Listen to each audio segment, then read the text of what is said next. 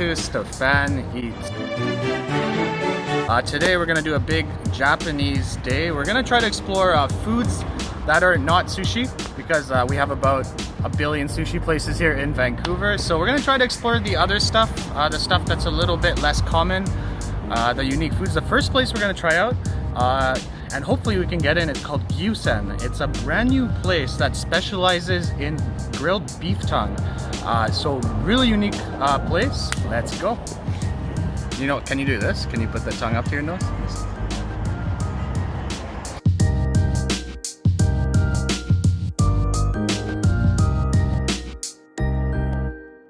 So we've ordered 2 dishes here. We've ordered kind of a chef's selection, so you'll have 2 different types, actually 3 different types of tongue cuts. So it's 6 pieces all together. I'm gonna try to get these names right. They're a little bit harder. The first one's a little bit hard. So it's Gokujio Gokuatsu, which is apparently the heart of the tongue. So it's the inside part, and it's supposed to be the most tender part of the tongue. So we'll get 2 pieces of that. Then there's the atsugiri, which is the thicker part, which they score apparently. It'll be a bit of a chewy texture. And then the last one is usukiri, which is the thin textured part of the tongue. This type of meal in Japan is called Gyutan. So it's very famous in Sendai, Japan, where you have the grilled beef tongue. And it comes with a whole bunch of accompaniments, comes with rice, comes with pickles. And what we did is we got these 6 slices of tongue. So we got 2 of each of what I just described.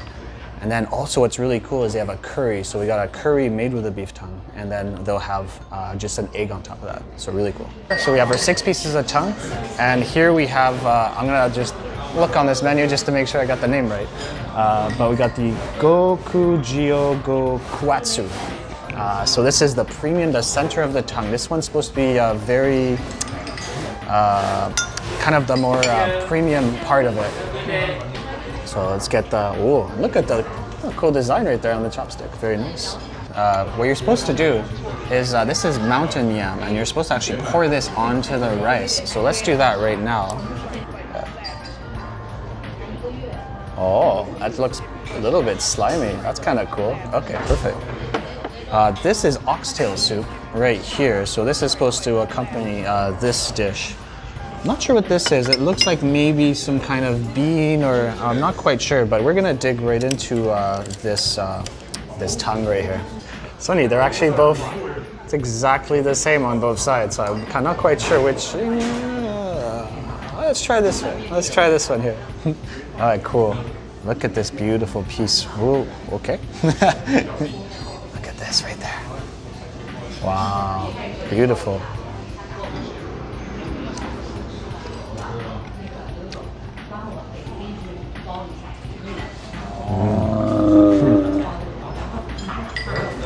Oh wow. Oh, it's so tender. Wow. Oh, you just get a really hearty, beefy flavor, which is really cool. And then that tenderness, the saltiness on the outside, and you get the nice char too. And it actually, honestly, for a tongue to melt in your mouth is pretty rare. It normally doesn't happen very often, but really, really good. Now I'm gonna try a little bit of this rice with the mountain yam here. And look at just the gooiness of this. Kind of reminds me a little bit of the texture of natto, which is a fermented soybean.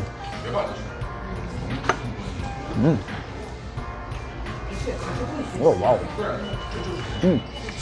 The rice is really cool. It has a couple textures on it. I think what they do is they mix it with barley. The mountain yam doesn't really have any saltiness to it. It's pretty raw, and you get a bit of the gooiness.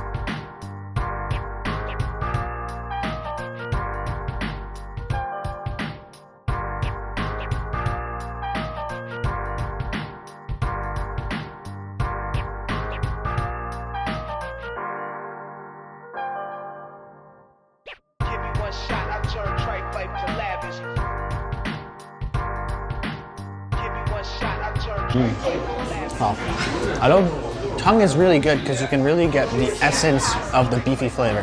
It's like a beefy bite, but then you get a bit of texture on there. You get a bit more of a bite. But once you bite into it, it's not tough at all. It's just if tongue is well cooked, You should get a bit of resistance at the beginning, but then just a nice chew through. And it's a little bit crunchy, but still very tender in some way, if that makes any sense. Oh, this is the curry right here. Coming with the same condiments, you have the oxtail soup and then the egg. Now, if everything goes to plan, the egg will melt very nicely onto the rice. Okay, you ready? Okay. Egg lover's paradise. Try number one. Oh, yes. Look at that. Oh, a volcano has erupted. Look at this beauty. Ooh. Oh, and it's just, look at this. The lava flow right into the beef, right into the curry. Okay. Now let's try this guy right there. Oh, I got a nice potato right there. You know what? This is a spoon bite. Let's go. With the rice and everything. Oh. Oh. Yes, perfect. Oh, this is a huge bite.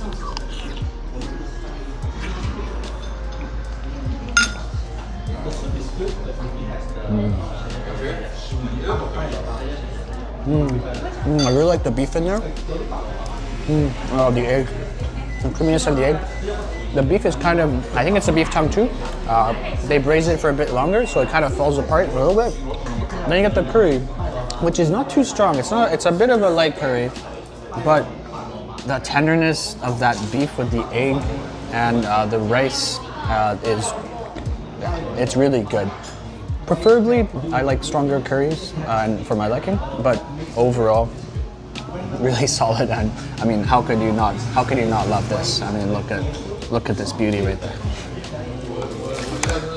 So super generous of them, actually. They brought out it's called an Amazake pudding. So Amazake is actually a fermented rice drink, and it's non-alcoholized. And they made a pudding out of this one. Oh yeah.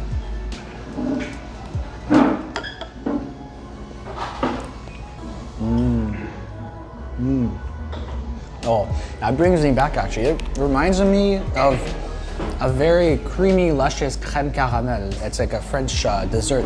But normally in a French dessert, it's more flanish. This is just a creamy pudding, and then you have the nice caramelly bottom that adds a nice little sweetness to it. Very nice touch and a nice ending to this meal. Very good, very cool experience, especially finding a tongue place with so many unique ingredients from really cool parts of Japan. So perfect.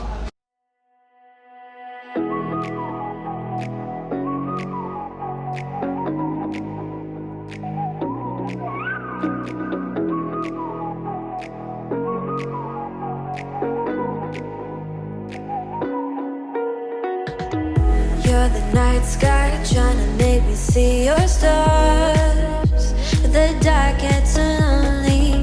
Now I see violet, I can feel silence, and the dark's all that I see. When your stars are burnt out, and your heart. So we took a little bit of a break, but we completely forgot that today is a holiday on top of being a Monday, so not very many places are open. Luckily, one of my kind of go-to hangout spots is open. It's an Izakaya called Gu. They have multiple locations. My favorite one is Gu with garlic, which is just around the corner over here. And yeah, we're just gonna have some quick bites. They have some good seafood and some good bar food. And yeah, let's try it out.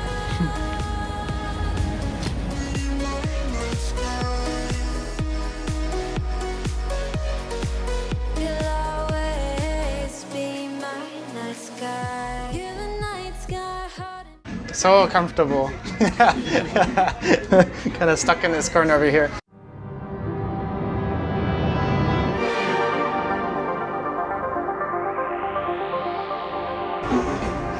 Ebi Mayo. First dish has come. Ebi Mayo, very typical dish in a lot of izakayas in Japanese bar culture. Pretty much just a deep fried tempura shrimp with a spicy kind of sweet mayonnaise sauce, and then we'll come with shrimp crackers on top of that. This is like a guilty pleasure, and I fell in love with this like 5-6 years ago. I love this dish. Yeah, it's perfect. Oh. Wow. Oh, it's really hot. Oh, you just got the meatiness of the shrimp, the sweetness, the beautiful soft interior. It's a big shrimp, so you get a nice kind of meaty bite. And then on top of that, just that kind of spicy, sweet hint that you get from the mayo.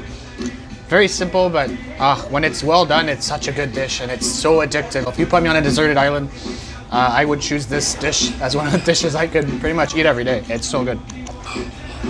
Chicken karaage, deep fried chicken with the mayo, with the lemon. Okay. Oh, yeah. Oh no. Okay. I'm not that, you know, my mouth isn't that big. Anyways, look at that. Oh yeah. Oh yeah. Okay, in the mayo. Oh, the lemon. Oh.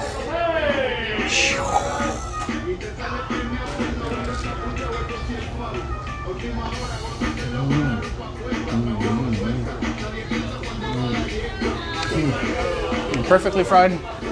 With a hint of garlic, which I really like with their chicken karaage. It's probably like some kind of garlic salt. With the lemon, adds a nice acidity. Very juicy too. And then the mayo, perfect. Pork intestine with a garlic sauce, I think, and a little bit spicy on the side.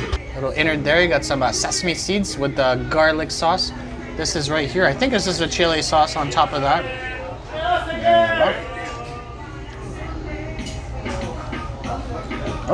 Oh yeah, very tender. You get a bit of the gaminess right after. That sauce comes in nicely. And the spicy sauce is really good, actually. And yeah, it's not too crispy, so actually it looks like it's probably stewed and maybe stir-fried a little bit, possibly with the kind of veg right under there. And I like the sesame seeds on there, really nice. Look at this absolute beauty. I think we have the sweet shrimp right over here. Looks like some wild sockeye salmon right over here. This I'm not quite sure. It could either be a tuna or possibly another type of white fish. Beautiful scallops right over here. And then looks like some Atlantic salmon right over here. I think I'm gonna start with the sockeye salmon. Yeah. Oh, look at the color. The beautiful ruby red of the salmon right there is amazing. Put a wasabi on there, dip it. Sockeye salmon.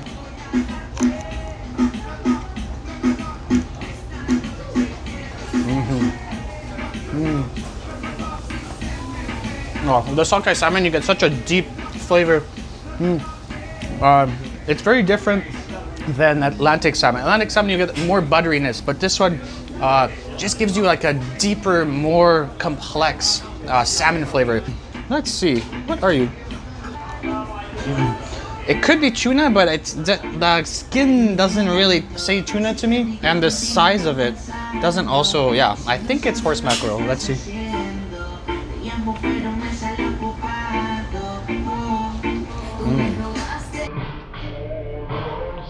Oh, that's beautifully charred on the outside, kind of like a charcoal flavor. So they've seared it a little bit. It does taste like tuna, but I don't know if they have tuna here. So we're gonna have to come back to. I'm gonna ask them what this is because I'm not exactly sure what fish this is.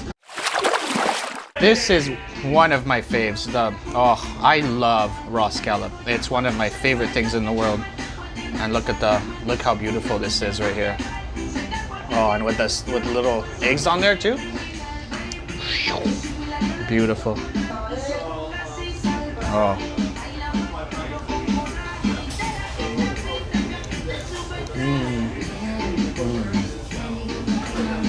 You can give me this on a desert island too. Raw scallop, such a winner. Oh my God, so good.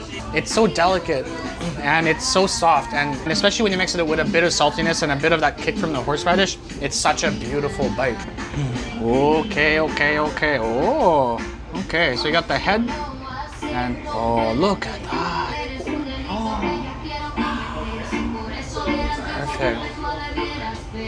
Okay. This one I'm just gonna dip like this. I think I can eat the tail.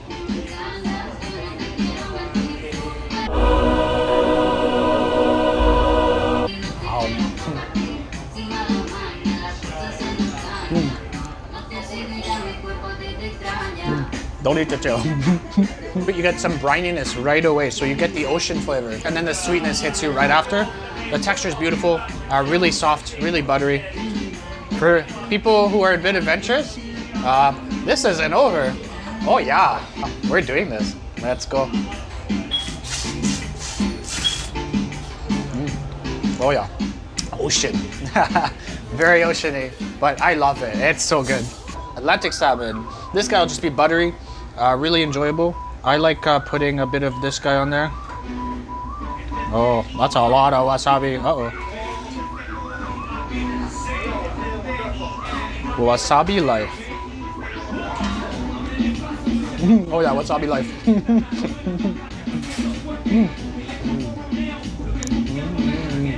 Oh, so buttery, so good. Yeah, the big difference when you're getting sockeye salmon and Atlantic salmon is just the butteriness of it.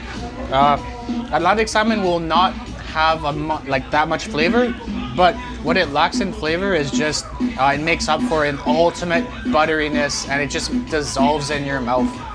Such a beautiful bite.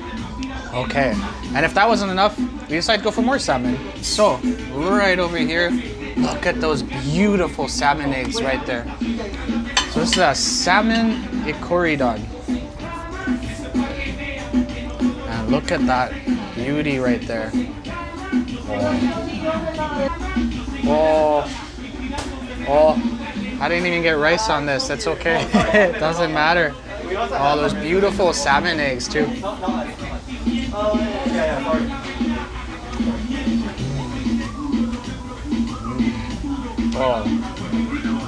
Oh, you get that beautiful pop from the egg, so nice little oceany pop, very briny, salty bite. Then you get the butteriness of the salmon. You get some pickled veg right on there too, which adds a nice crispiness to it.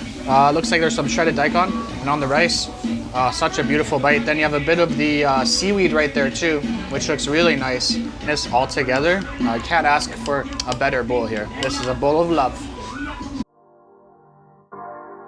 We're gonna do some ramen.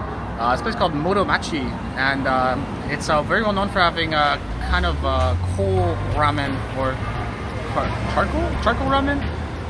One of those two. But it's right here, so we're just gonna head inside for a quick bowl before we call it a night.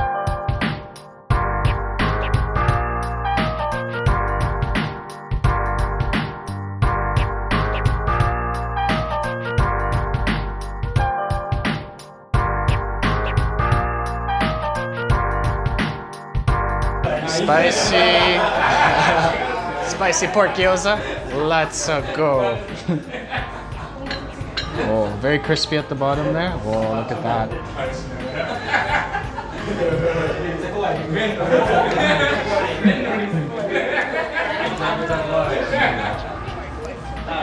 Oh yeah.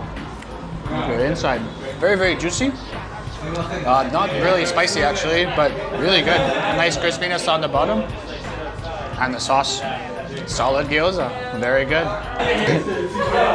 Okay, it's a black miso ramen. So it's actually made with charcoal that comes from Japan, mixed with miso. If you can hear what I'm saying. If not, I'll just eat this and I'll enjoy it. Yeah, there you go. Oh, yeah. Very rich, and that charcoal just adds another complexity to it. It makes it kind of like a darker flavor.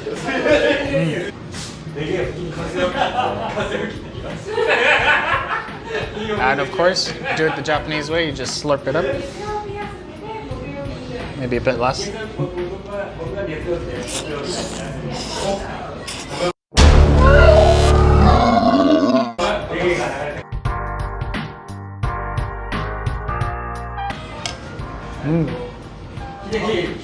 Oh yeah, very firm, very firm.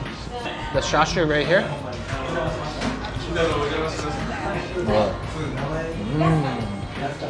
Oh, that chashu is so tender. Wow, that's a really good chashu. Just look at that fat that just is caressing the side right there, and as soon as you get it into your mouth, it just melts. It's really beautiful. And of course. Oh, yeah. Perfect. I'm gonna eat half of it just to be nice to David.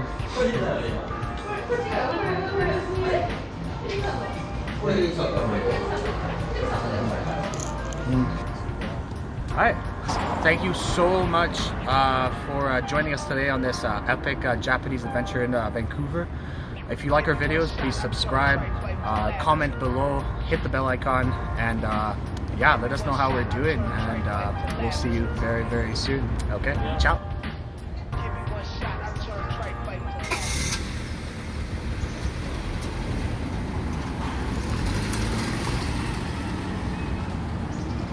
So, you know, police have arrested the world tongue twister champion. They said he'll be given a tough sentence. Do cannibals eat ramen?